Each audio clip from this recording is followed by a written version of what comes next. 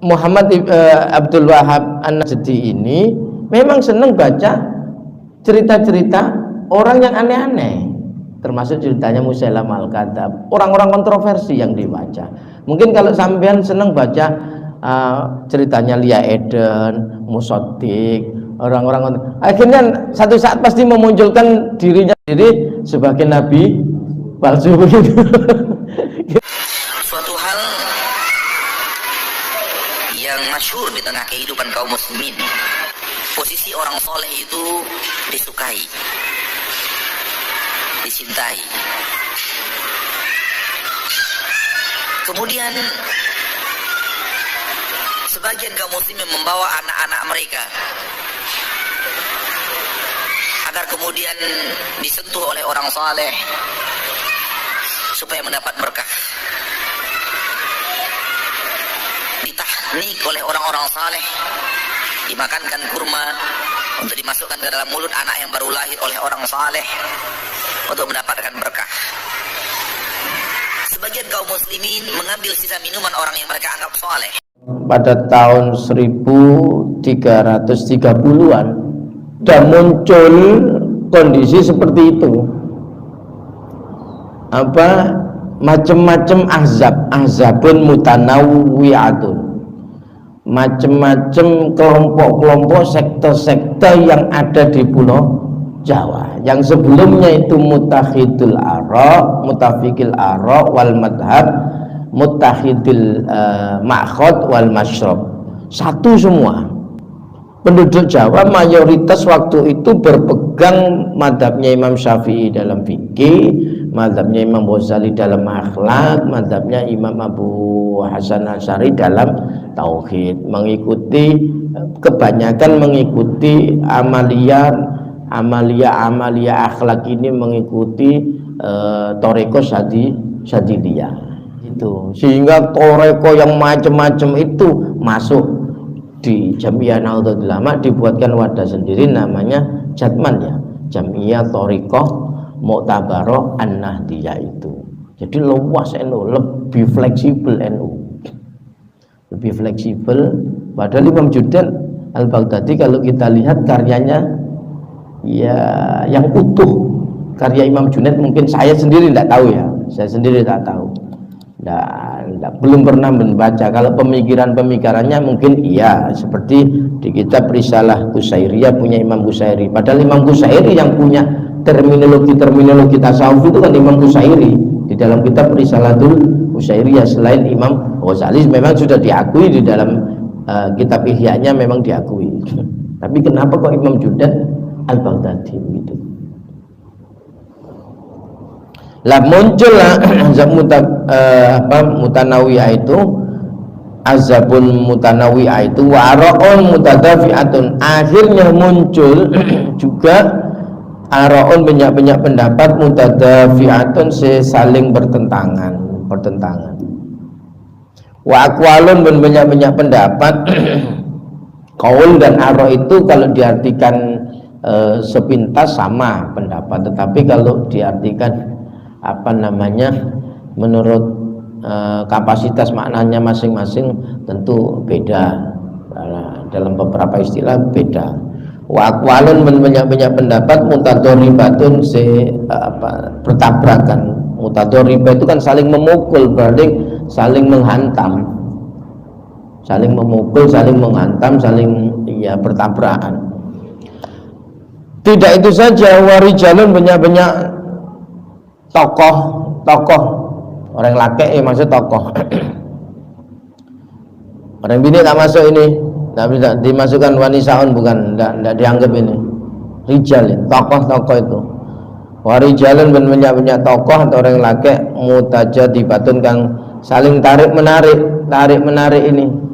Ia tarik menarik untuk mendapatkan simpati, untuk memperoleh pangsa pasar, akhirnya saling serang, mutadoriba, saling serang seperti itu ya. Dengan jualannya satu, yaitu market besar, barang komoditi yang besar, yaitu Ahlus Sunnah wal terminologi ini yang dijual, meskipun prakteknya beda, di lapangan beda. Muhammadiyah mengaku aswaja, tapi aswajanya Muhammadiyah beda prakteknya dengan aswajanya NU. Begitu. Wa minhum, paneka termasuk, maka paneka termasuk siapa? Mana yang tadi? Ahzabun mutanawiyah yang di atas itu.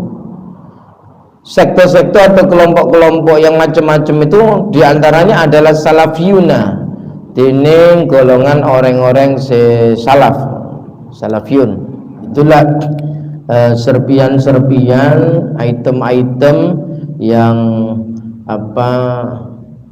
ada di dalam tanah Jawa ini. Ada kelompok-kelompok bermadhab, ada yang seperti itu semua sudah.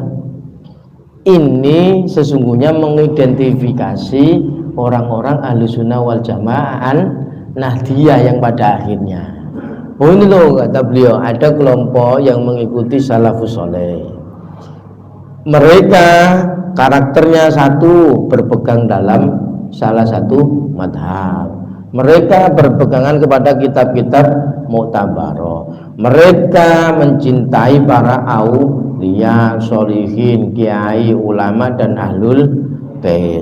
Mereka bertabaruk kepada tiga golongan ini baik ketika mereka hidup atau mereka sudah wafat. Ini karakter-karakter ini ditampilkan, yang akhirnya karakter-karakter ini disematkan identik dan akhirnya disematkan kepada Jam'iyah Nahdlatul Ulama. Tidak ada lagi yang tabaruk talqin kecuali NU. Cuma kan belum muncul NU, 14 tahun baru muncul. Karena ya salah satu kronologi munculnya mungkin yang kita tahu semua, yaitu ketika Wahabi Muhammad ibnu Abdul Wahab An-Najdi yang dilahirkan di Uyaina, Najd. Uyaina itu ternyata memang kita tahu adalah insyaallah tempat lahirnya Musailamah al-Kadzdzab. Maka Muhammad ibnu Abdul Wahab sepakat atau tidak, ya satu daerah dengan, tapi tidak menjustifikasi pantesan orangnya seperti itu. Kebetulan dia di sana, lahir di sana, sama-sama di daerahnya Musailamah al-Kadzdzab. Nomor dua, Muhammad Abdul Wahab An-Najdi ini memang senang baca cerita-cerita orang yang aneh-aneh, termasuk ceritanya Musailamah al-Kadzdzab, orang-orang kontroversi yang dibaca. Mungkin kalau sampean senang baca ceritanya Lia Eden, Musaddiq, orang-orang akhirnya satu saat pasti memunculkan dirinya sendiri sebagai nabi palsu begitu. Kira-kira seperti itulah.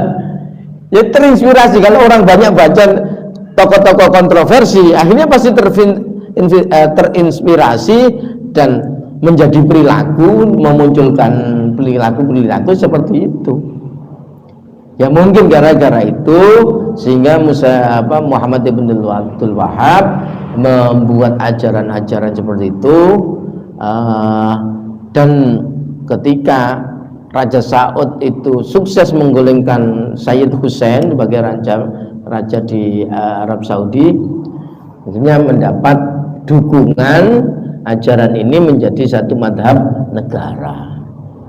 Kekhawatiran itu muncul baru mengirim komite Hijaz, belum NU kan, ya kan, belum NU, belum muncul komite Hijaz. Mbak Hasim sudah punya potret. Wah ini nanti susah ini kalau karena Islam ini pusatnya di sana, panut sana, sentralnya itu di sana, pas itu dibawa, disebarkan betul sampai ke Jawa, difatwakan, bahaya. Ngirimlah sebuah surat melalui komite Hijaz yang dipimpin oleh Mbak Abdul Wahab Rasulullah, dan berhasil. Biarkan umat Islam di Jawa, di Nusantara ini berperilaku seperti ini, tabarruk, talqin, ziarah kubur. Kalau pas itu betul-betul Mbah Hasim atau khususnya Mbah Wahab yang memang mendesak. Kalau melihat cerita kan Mbah Hasyim ini Al-Datus ini orang alim yang peka, yang terhadap sosial, tapi yang mobilitas massa, yang memobilisir massa, yang punya strategi itu ya Mbah Wahab Hasbullah. Itu pun kalau tanpa restu gurunya Mbah Hasyim tidak akan gerak. Lagi-lagi kalau NU harus restu guru baru berhasil. Kalau tidak restu guru jangan begitu. Kuncinya di sana, mesti berhasil. Karena yang nyuruhkan Mbah Hasyim, Mbah Wahab ini kan muridnya Mbah Hasyim, insya Allah diridhoi. Hijrah kita coba flashback cerita kenapa Nabi hijrah, bukan inisiatif sendiri kan. Nabi hijrah itu tak karpet TV, hijrah saya dan jalanan saya, enggak, disuruh, diperintah oleh Allah, ditunjukkan. Karena diperintah menjalankan perintah dapat ridho.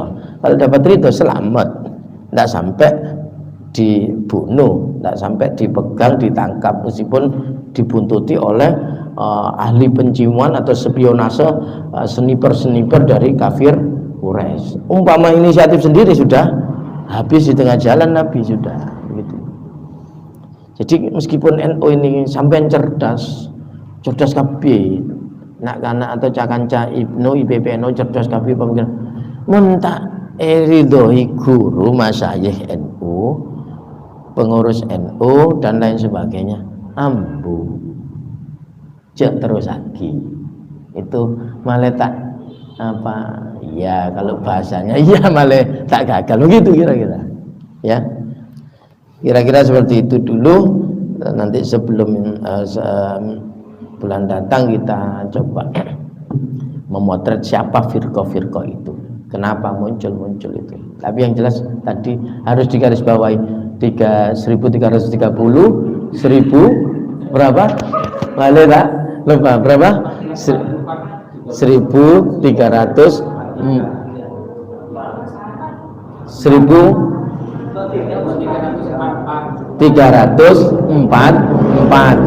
1344 Hijriyah. Oleh tak lupa mas saya melolo. Demikian yang bisa saya sampaikan untuk pertemuan ini. Nyuwun sepura terlambat tadi, ya kebiasaan lupa saya ini. Mari kita tutup dengan membaca doa bersama. Bismillahirrahmanirrahim. Allahumma inni, monggo ditirukan saja. Allahumma inni astaudiuka ma 'allamtanihi fardudhu ilayya inda hajati ilaihi wa la tunsinihi ya rabbal alamin. Al-Fatihah.